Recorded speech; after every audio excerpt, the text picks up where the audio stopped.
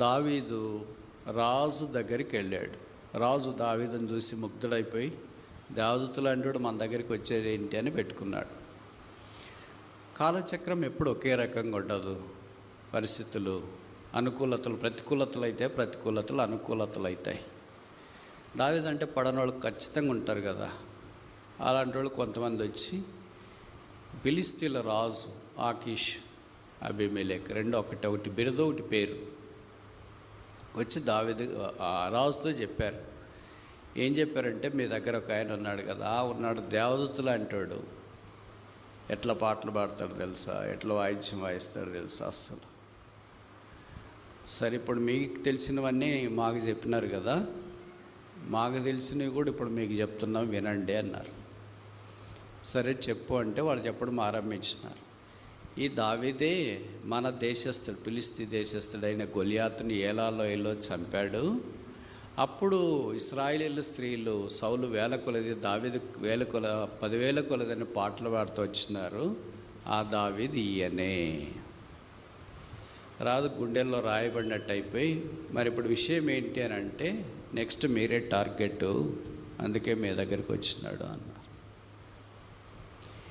ఇలాగ చెప్పిన తర్వాత ఎవరికైనా భయము, ప్రాణం అంటే భయమే కదా. అప్పుడు దావీదు తోలివేయబడిన తర్వాత బయటకు వచ్చి ఏం చేయాలో దిక్కదోచకుండా ఉన్నప్పుడు దావీదును రాజు పిలిపించినాడు. పిలిపించి దావీదుతో మాట్లాడాలని అనుకున్నాడు. దావీదుకు అర్థమైంది, ఎందుకంటే దైవాత్మ కలిగిన వాడు కదా. రాజు పిలుస్తాడంటేనే భయం అవుతుంది. ఉద్యోగస్తులకు చూడండి, కలెక్టర్ పిలుస్తాడంటే ఆల్మోస్ట్ చెమటలు పట్టిపోతాయి. ఒక ఉద్యోగస్తుడికి కలెక్టర్ పిలుస్తాడంటేనే అంత భయం వేస్తే అడుగుతాము, కలెక్టర్ పిలుస్తాడని ఎవరు పిలిచినారో అటెండర్న వాళ్ళని, ఏమంట, ఎందుకంట, అజెండా ఏంటి అంతా తెలుసుకున్న తర్వాత మనకు ప్రాణం కుదటై రెడీ అయ్యి సిద్ధపడి వెళ్తాం. ఒక కలెక్టర్ పిలిస్తేనే అంత భయం ఉంటే, రాజు అంటే అటో ఇటో తెలిసేస్తాడు, బతకడమా సావడమా అని. అంటే ఏమో తెలియదు అన్నారు. అప్పుడు దావీదుకు ఒక ఆలోచన వచ్చింది. ఒక ఐడియా జీవితాన్ని మార్చివేస్తుంది అన్నారు కదా, అది దావీదు నుండి వచ్చిన ఐడియా, ఇప్పుడు వచ్చిన ఐడియా కాదు. అందుకే ఒక వెర్రివాని వల్ల ప్రవర్తించడానికి మీకు అర్థం కావటానికి చెప్తా. ఒకవాడు ఫుల్ చొక్కా వేసుకుని ఉంటే, ఒకటి సగం మర్చుకున్నాడు. ట్రౌజర్స్ వేసుకుని ఉంటే వాళ్ళు ట్రౌజర్స్ చొక్కాలు వేసుకోరు, అర్థం కావడానికి చెప్తున్నా.